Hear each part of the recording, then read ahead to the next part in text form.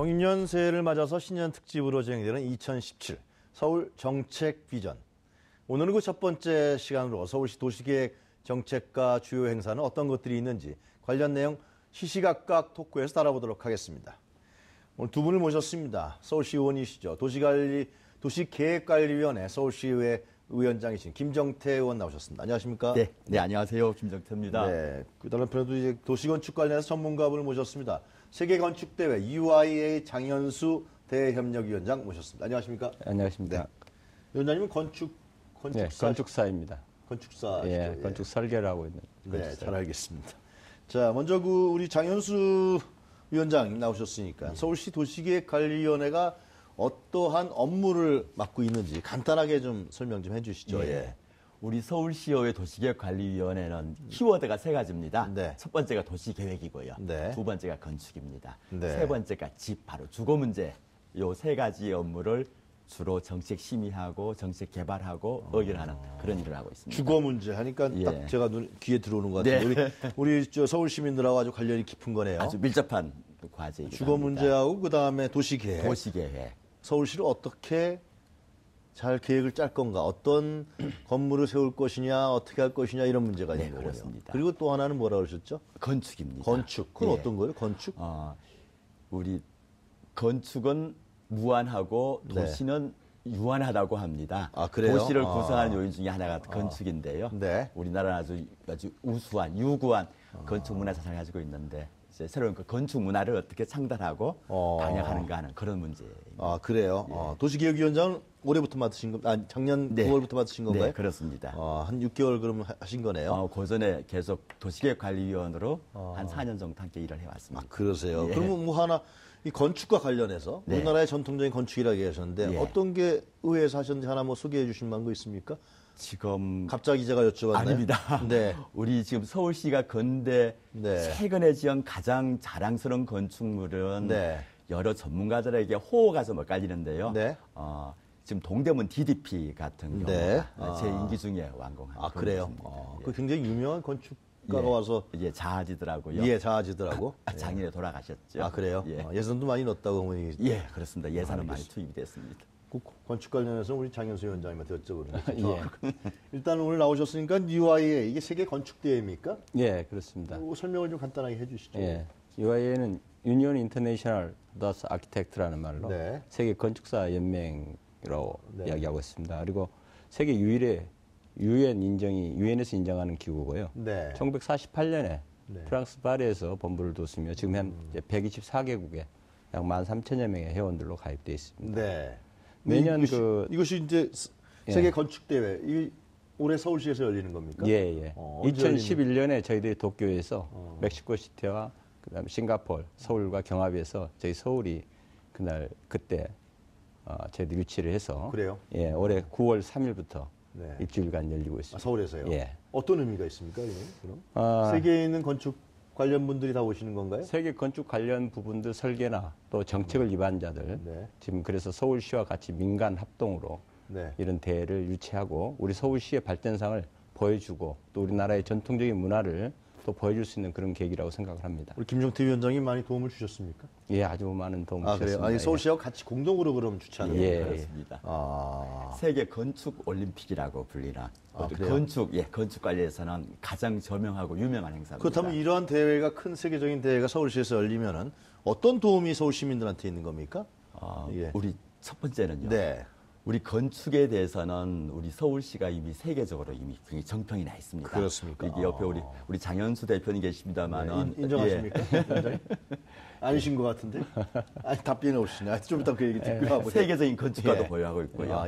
우리 건축 시공 기술이 이미 보내서 세계에서 제일 알려진 거고요.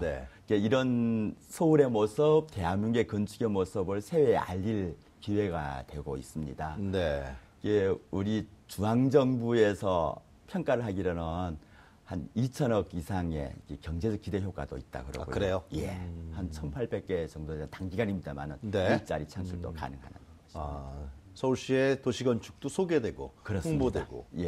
실제로 서울시의 도시건축이 전문가 위원장님 보시기는 어떻습니까? 저희들이 서울시뿐만 아니라 우리나라 전체가 한참 개발의 논리에서 이루어진 건축이고 또 개발의 논리에서 도시계획이 이루어졌습니다. 네. 그러나 지금은 이제 우리 시민들이나 사회에 우리가 누리는 어떤 부분들이 굉장히 이제 좀 정서적인 부분에서도 다른 방향으로 가고 있죠. 네. 걷는 문화라든가 그다음에 환경 또 도시의 어떤 지속 가능한 도시로서의 어떤 성장 후배들의 후손들에게 넘겨줘야 할 그런 부분을 고려해야 되는 그러한 상태에 와 있습니다. 그래서 앞으로 그런 방향으로 가야 된다. 예. 지금까지는 너무나 개발 위주로 갔었다. 그렇습니다. 예. 그래서 그건, 네. 이제까지는 경제적인 논리 가치에서만 이루어졌던 건축이라든가 일반 도시계획이 이제 문화와 또 역사와 이런 부분을 같이 공유를 하면서 시민들에게 접근할 수 있는 그런 네, 오늘 장현수 위원장님 저희가 모신 이유는요. 예.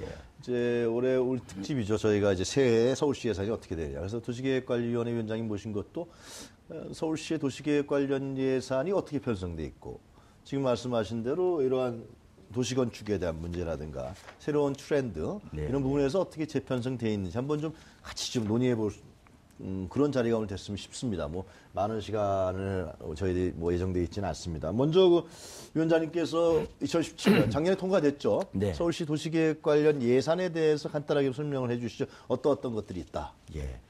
우리 올해 네. 우리 서울시 예산이 한 30조 가량 됩니다. 네. 그중에 우리 도시계획위원회가 차지하는 비율은 한 11% 정도 되는데요. 꽤 되네요. 예, 꽤 됩니다. 네.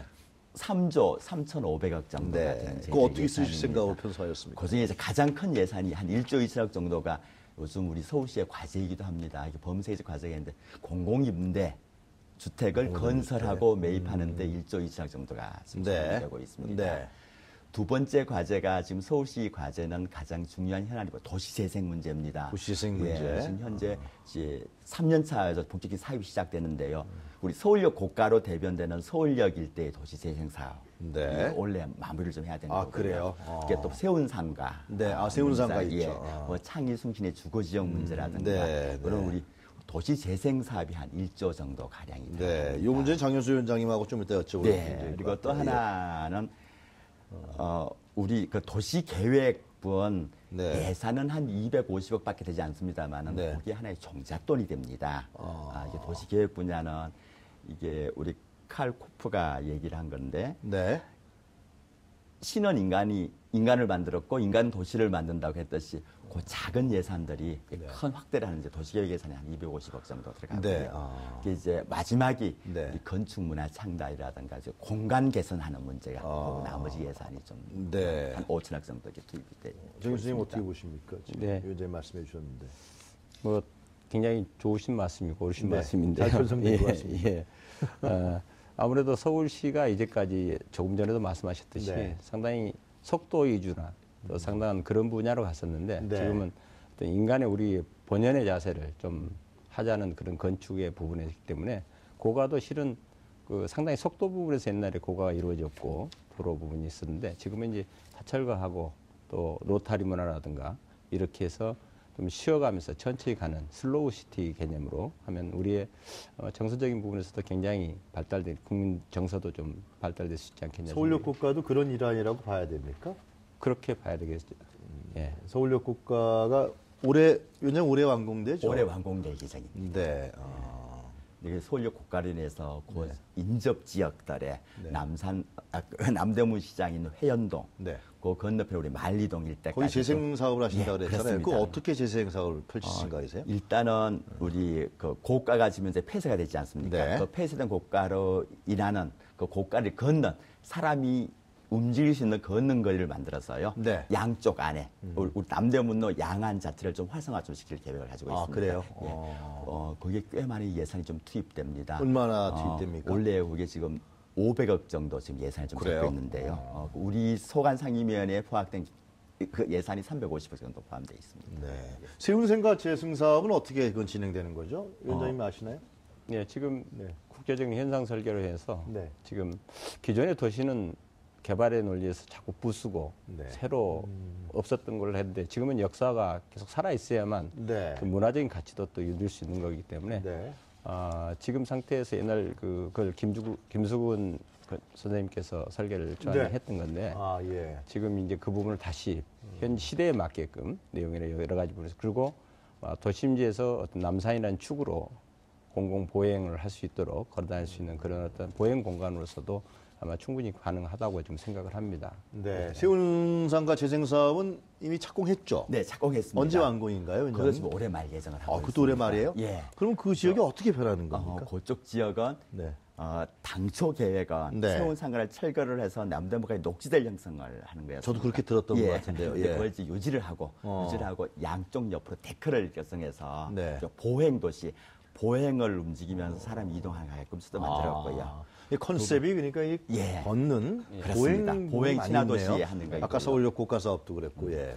두 번째는 그 일대가 이제 쇠퇴화길로 가면서 그 우리 옛날에 우리 맞습니다. 전자상업의 발상지였습니다. 맞습니다. 전자상업이 있었고요. 그 상황 자체를 다시 리모델링을 하고 다시 재생 활력을 불어넣는 작업을 하고 있습니다. 그러면 과거에 전자사업 하셨던 분들이 그대로 리모델링한 데서 예. 더 그 뭐 매출이라든가 영업을 더 잘할 수 있게 이렇게 배려를 하는 건가요? 그렇습니다. 일단 보행 도시를 만듦으로 해서 잊혀졌던 상가가 아니라 다시 찾아오는 시민들이 상가. 많이 올 것이다. 뭐 그런 생각인 그렇습니다. 거군요. 거기 예산이 얼마나 들고 있어요? 지금 올해는 지금 21억 계획되어 꽤 있습니다. 되는군요. 지금 계속 지속적으로 지금 투입을 하고 있습니다. 그렇군요. 다른 재생사업 소개하실 만한 마을 재생사업도 많이 있는 것 지금 같은데. 가장 대표적인 게 창의 숭신 지역이고요. 글쎄 말이에요. 예. 특히 구로구의 그 가리봉동 옛날에 구로공단의 여공들이 살던 그 벌집 일대일 때입니다. 거기도 지금 재생 사업들이 올해 본격화가 시작됩니다. 이런 방향은 어떻게 보십니까, 위원장님? 바람직한 현상이고요. 또 전에는 그렇게 철거하고 가야 거기다 됩니다. 아파트 짓고 막 그랬잖아요. 그렇습니다. 그죠? 예, 그 지속 가능한 도시로서 친환경적인 건축물이 우리가 늘 뭐 때가 묻고 여러 가지 부분에서 세월이 지남에 따라 그 세월의 느낌을 느낄 수 있어야만 그때 후손들도 그 역사적인 가치로서 인정을 하기 때문에 그런 부분이라면 그렇게 부수고 하는 것보다는 다시 한번 리모델링을 한다든가 재생을 해서 성능을 개선해주고 또 그 활력이 넘칠 수 있는 주변 상권도 활력이 넘칠 수 있는 그런 공간들을 개선해주는 게 재생 사업의 가장 큰 목적이라고 생각합니다. 그 창의 승인문 그쪽에 재생 사업을 하게 되면 거기 살고 있는 원주민들은 어떻게 되는 거죠? 그냥 정착을 시키는 거죠. 이게 떠나는 도시가 아니라 다시 되돌아오는 도시. 잠시 이주했다가 그 자체에서 그냥 리모델링 그 자체에서 지금 리모델링을 하고 있습니다. 주거하면서 첫 번째는 마중물 사업이라고 그래갖고 그 도시의 가장 불편한 문제가 아니면 그 사회 기반 시설이 부족하다는 겁니다. 그래서 그건 빈 공간을 매입을 해서 지금 열심히 우리 백남준 선생 기념관도 지금 만들고 있고요. 그래서 지금 굉장히 좀 모습을 드러나고 있습니다. 좀 어려웠던 거리는 안심거리라 그래서 이제 밝은 조명 비추고 걷기 편한 도시 만들고요. 그렇게 좀 하고 있습니다. 주민들은 굉장히 좋아하시겠네요. 그렇습니다. 기존에 좀 전에도 이 주택 재개발이나 이런 재생 사업도 보면 기존에는 거의 삶의 터전을 옮겨가는 어떤 상황이었거든요. 그래서 다른 사람들이 그 부분을 또 차지하고 그렇기 때문에 계속 서민들이나 이런 분들은 계속 좋은 터전보다는 안 좋은 쪽으로만 갔는데 이렇게 리모델링 재생 사업을 하면 거기에 삶의 터전을 계속 가지고 계신 분이 지속적으로 거기에 그 환경을 그대로 적응해 가면서 삶을 더 윤택하게 할 수 있는 어떤 도시 재생 사업은 박원순 시장이 들어서면 적극적으로 하고 있는 사업 중에 하나죠. 우리 본교가 시작된 지가 올해가 벌써 3년 차를 하고 있습니다. 그렇군요. 근데 도시 재생의 특징은 좀 장대한 시간이 좀 걸린다는 겁니다. 또 막대한 예산 사업도 투자하게 되고요. 그래서 재개발에 비해서 재생 사업은 속도는 더디지만 그러나 의미는 더 깊다고. 알겠습니다. 그 공공임대주택 아까 말씀하셨는데요. 위원장님 좀 설명을 해주시죠. 어떤 계획을 갖고 계신지 이번 예상. 지금 서울시의 공공임대주택을 우리 SH가 관리하는 호수가 17만 호. 그리고 그 LH가 공급한 7만 호 이렇게 해서 한 25만 호 정도를 운영을 하고 있습니다. 공공임대주택은 그동안 이제 주로 거기 또 새롭게 건설하는 건설 임대 형식을 주로 띄었습니다. 그렇다 보니까 우리 서울시가 가용부지가 거의 지금 고갈이 났습니다. 이게 지금 이제 건설 임대에서 매입 임대 쪽으로 방향을 갖고 있습니다. 매입 임대. 기존에 있는 그렇습니다. 기존에 있는 주택을 매입을 합니다. 그 매입을 해서 그걸 한번 해보고요. 이제 두 번째는 저희가 공공임대주택 갖기도 한계가 들어와서 민간임대주택 본격적으로 추진하고 있습니다. 그거는 일반 기업하고 같이 하는 건가요? 2030 천연주택 사업 같은 게 대표적인 민간임대 사업입니다. 그건 좀 비싸지 않아요? 그럼 그거는? 우리 청년들이 들어가기에 좀 가격이 그래서 저희는 이렇게 생각하고 있습니다. 2030 계획은 그동안 이제 충분한 사회 기반 시설은 갖춰져 있는데 개발이 좀 저개발됐던 역세권을 중심으로 함을 해서 혜택을 줍니다. 그것이 역세권 청년주택입니까? 그렇습니다. 예. 역세권 중심으로 준주거주택은 상업지역으로, 네. 또 2종이나 3종이건 준주거지역으로 종 향상을 좀 해주면서요. 네. 그 종 향상을 해준 만큼 8년 동안 의무적으로 전 주거지역을 주변 시세의 80% 이하로 임대를 해달라는 거죠. 그게 하나 조건입니다. 80% 이하로. 예. 그리고 또 하나는 그 중에서 10에서 25%까지를 공공임대로 기부 체납을 저희가 받습니다. 그래요? 물론 서울시는 표준 건축비를 매입을 합니다. 어느 정도의 물량을 기대하십니까? 그러면? 저희는 그하고 한 2만 5천 호 정도를 기대하고 25,000호. 있습니다. 예. 역세권이라는 건 서울 주요역을 얘기하는 건가요? 그렇습니다. 올해 계획된 데는 어디인가요? 지금 현재 작년에 우리 두 네. 군데가 현재 이미 사업 인가가 났습니다. 충정로하고 우리 한강로 일대에 두 개 지역이 좀 됐고요. 그래요?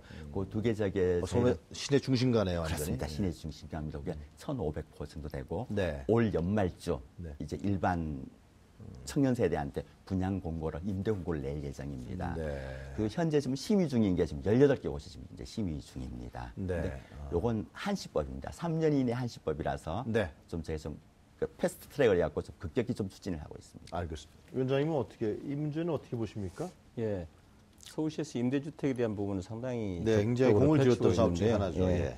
뭐 청년주택도 마찬가지고 SH에서 하는 각종 네. 임대주택도 있는데 저는 이제 임대주택 건설도 상당히 중요하지만 거기에 대한 지금 이제 경관년이 지나면서 유지 관리가 상당히 중요하다고 생각합니다. 유지 관리요? 예, 그래서 그런 부분에 에너지 전략이라든가 이런 부분에서 계속 임대 아파트다 보니까 자기 집에 대해서 그렇게 개선하거나 수선하고 하는 게 좀 아무래도 좀 그렇겠네요. 떨어지죠. 그래서 예. 그건 좀 서울시에서 전격적으로 좀 많은 예산을 좀 투입한다든가 좀 대책을 강구해서 이런 임대주택에 대한 부분을 유지하고 관리하는 부분이 네. 조금 더 업그레이드 돼야 되지 않겠는가. 그래서 우리가 생각하는 임대 아파트의 그 개념을 많이 탈피시킬 수 있는 네. 그런 대책이 좀 나와야 되는 거 아닌가 생각입니다. 위원장님, 그 서울시 건축정책 현안 어떤 게 있습니까? 네.